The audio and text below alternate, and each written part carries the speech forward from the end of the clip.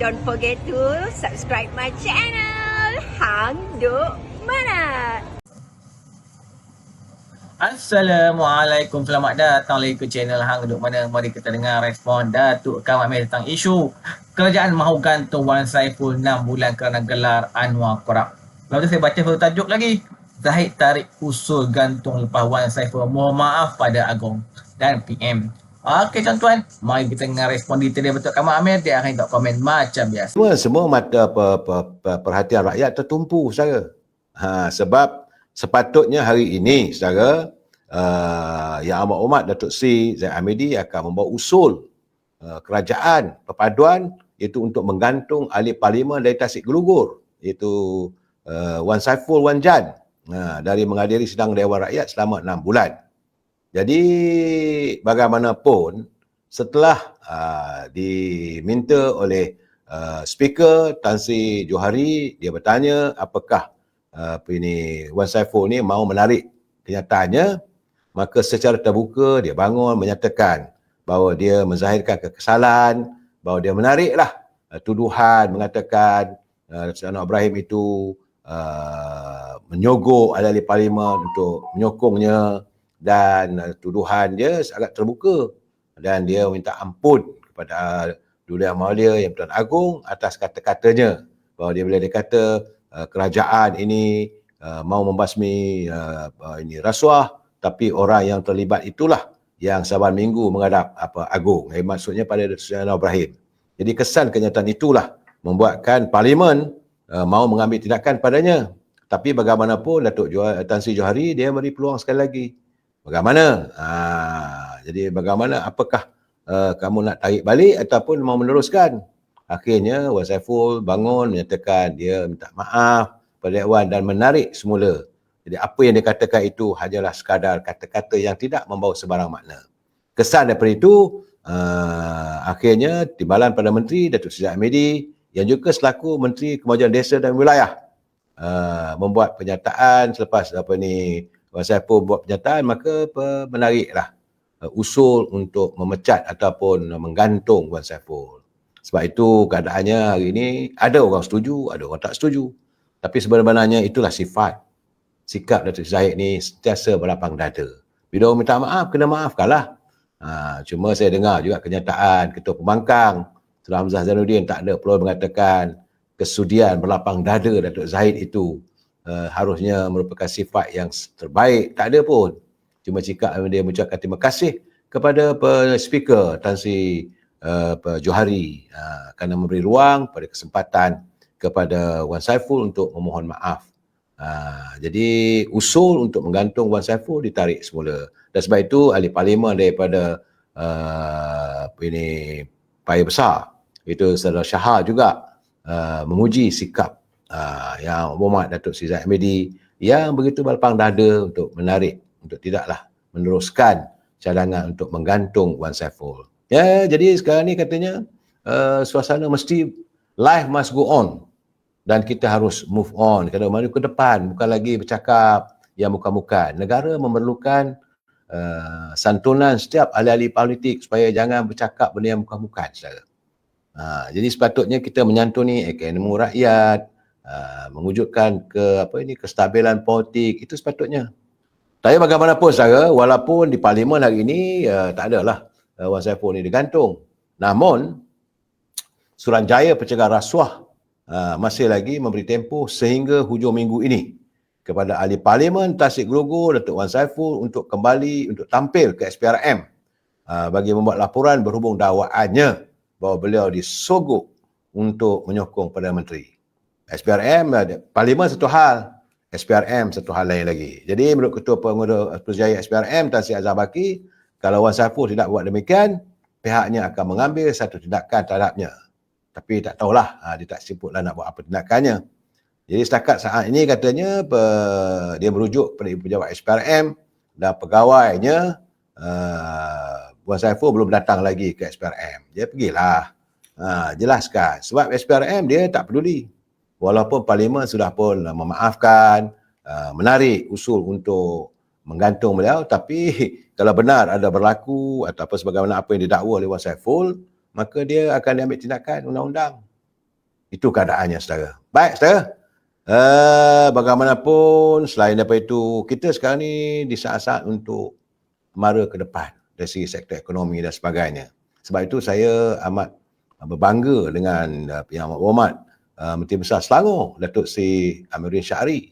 Katanya kerajaan Selangor telah pun melancarkan Dana Usahawan Madani Selangor, Dana Usahawan Madani Selangor bagi membantu usahawan kecil meningkatkan produktiviti dengan nilai bantuan sehingga RM30,000.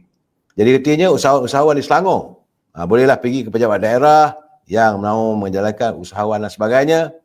Usaha mereka boleh pergi ke pejabat daerah dan tanah untuk mengambil borang, untuk diisi dan dikemukakan ke unit bahagian pembangunan PDT lokasi perusahaan yang nak jalankan. Sebab Selangor ada mewujudkan tabung ataupun dana untuk 30,000 sampai ke 30,000. Katanya sampai berapa juta. Besar saja. Dananya 200 juta tak silap saya. Jadi setiap orang boleh dapat 30,000. Bukanlah percuma, tidak, tapi pergi berdaftar lah, pergi ke pejabat daerah. Kalau di Sabak Benam, pergi pejabat daerah Sabak Benam. Mungkin anda melakukan usaha untuk buat KPUB ke, ataupun nak buat berniaga kecil-kecilan, PKS dan sebagainya.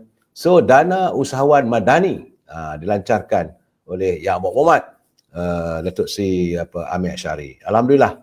Yalah, kalau negeri itu maju, ada wang, mestilah dipulangkan balik pada rakyat. Cuma berbeza sedikit saya tengok sedihnya apabila ada laporan. Laporan daripada berita TV3 mengatakan bahawa bilangan miskin tegar di Kelantan masih lagi ada, saudara. Dia katanya bilangan miskin tegar di Kelantan meningkat kepada 14,092 orang. Keluarga manakala kategori miskin pula membabitkan sekitar 63,060 orang keluarga. 63,060 buah keluarga. Demikian mengurut pengurusi Jawatankuasa Kerja Raya, Infrastruktur, Air dan Pembangunan Luar Bandar di Kelantan, Dato' Dr. Izzani Husin, kerana jumlah itu meningkat 41%. Data itu dikeluarkan oleh Unit Penyelarasan Pelaksanaan JPM Kelantan menerusi mesyuarat terbaru yang diadakan pada 22 Januari lalu, katanya. Bagi mereka yang pendapatan keluarga miskin tegar adalah RM1,119 dan bagi miskin pula adalah RM2,199. Jadi itu di Kelantan, saya. Kenapa ia tak dimasukkan dalam usaha kerajaan Madani ini mau menghapuskan miskin tegar? Ini saya tak tahulah, saudara. Bagaimanapun itulah yang berlaku sekarang ni di Kelantan. Orang lain dah mula menggerak macam di Selangor, menggerak memberi bantuan dan sebagainya. Kelantan pula bergelut. Bergelut dengan kemiskinan rakyatnya sekarang. Nak buat macam mana? Anda fikirlah sendiri. Baik, saudara. Kita kembali balik pada tajuk kita, janganlah indah khabar dari rupa. Sebab Kongres Ekonomi Bumi Putra 2024 telah pun berakhir. Saya membaca, menatap satu persatu usul-usul sebanyak 80 resolusi yang dibentangkan. Tapi saya melihat ada sekitar dalam 8. Ini yang paling penting dalam resolusi dalam Kongres Ekonomi. Dan kita mengharapkan, kalau boleh, janganlah apa yang diputuskan, apa yang telah pun dicanangkan akan dilaksanakan oleh Kerajaan Madani ini hanya sekadar menjadi indah khabar dari rupa. Sebab katanya inisiatif baru untuk membantu golongan kaum Bumi Putra. Pertama sekali, dana khusus yang akan diwujudkan oleh JLC berjumlah 1 bilion untuk kemudahan pembiayaan usahawan Bumi Putra harus terlaksana. Tidak boleh ada berlaku birokrasi. Saya dah 2 malam bercakap soal ini. Mesti kaki tangan JLC, sama ada tekunnya, sama ada amanah ikhtiar ke, ataupun mana-mana agensi kerajaan lah, perlu melaksanakan. Sebab ini merupakan resolusi Kongres Ekonomi Bumi Putra. Jangan main-main.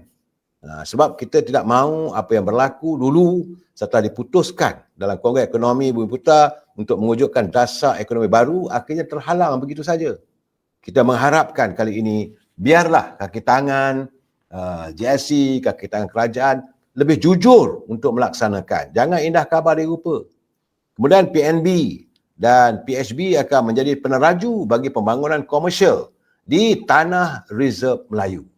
Sebab sebagaimana dinyatakan oleh Timbalan Perdana Menteri, Presiden UMNO dan Siti Hamidi mengatakan bahawa diwujudkan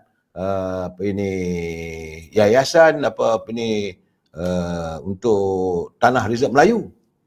Di mana tanah-tanah ini perlu dibangunkan semula dan mana tanah-tanah yang habis list tak boleh lagi dibagi semula. Itu keadaan. Saudara, kita tanah ni agak sensitif. Jangan lupa kita juga, kerajaan juga terikat dengan wasiat, 7 wasiat Raja-Raja Melayu yang tidak mengizinkan tanah-tanah Melayu tergadah begitu saja, kerana dalam antara 7 wasiat itu, Raja-Raja Melayu dulu sebelum mencapai kemerdekaan menyatakan sediakan 50% tanah reserve Melayu ini yang sepatutnya dimiliki oleh anak-anak Melayu. Itu ada tercatat dalam 7 wasiat Raja-Raja Melayu, saudara. Sebab itu kabarnya kalau tanah itu sekitar 50 ekar di sekitar bandar Malaysia ni, dia akan dikekalkan sebagai kawasan milik Melayu. Kawasan bandar Malaysia, saudara. Ini kawasan ini akan dibangunkan. Sebab itu saya bersetuju dengan pandangan Yang Berhormat Mulia Tengku Razali Hamzah. Kita tak mahu lagi tanah reserve Melayu ini dinilai dengan harga acreage. Kita tak maulah kerana 50 ekar, 1 ekar mungkin nilainya RM1 juta. Tak boleh, saudara. Ia hendaklah dinilai mengikut kaki persegi. Kalau 1 kaki persegi sekitar kawasan itu nilainya 200 ke 500 ringgit ke 1000 ke, maka perlu dinilai supaya pemiliknya. Sebab ini tentang tanah reserve Melayu ni. Supaya ada nilai, bolehlah kita membangunkannya dengan lebih megah lagi di masa mendatang. Dalam waktu yang sama, perkara keempat saya adalah untuk memperkasakan program latihan Tibet.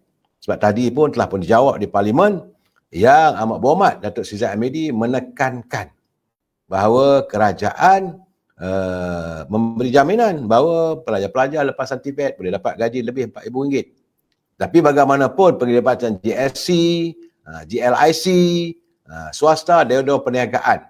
Kerana sasaran sekarang ni kita mahu menzahirkan ataupun melahirkan sekurang-kurangnya 100,000 pelatih tenaga kerja berkelulusan TVET ini di kalangan Bumiputera. Kita saya baca detail sedikit lagi. Kerajaan hari ini membatalkan usul untuk menggantung ahli Parlimen Pembangkang Wan Saiful Wan Jan PN Taufik Logo daripada sidang Dewan Rakyat kerana mendakwa Perdana Menteri Anwar Ibrahim menyalahkan gunakan kuasa. Ini susulan permohonan maaf yang dibuat oleh pemimpin bersatu itu ketika diberi kesempatan menjelah oleh Speaker Johari Abdul kepada Perdana Menteri dan Yang di-Pertuan Agong Sultan Ibrahim. Kita komen hari satu ialah sepatutnya kerajaan tak payahlah nak tarik balik usul tu. Biar jadi pengajaran. Kotak dia orang ni sedap sangat mulut tu hentam kerajaan ni. Dia orang tahulah dalam dia orang tu ada immunity, tapi pihak kerajaan boleh gantung mereka ni lah. Gantung ni orang takkan dapat lah gaji apa semua tu. Tapi tak apalah, nak macam mana, dah kerajaan kita ni baik hati kan. Okay tuan-tuan, mari terus menyokong kerajaan Perpaduan dan Permainan Ibrahim. Assalamualaikum.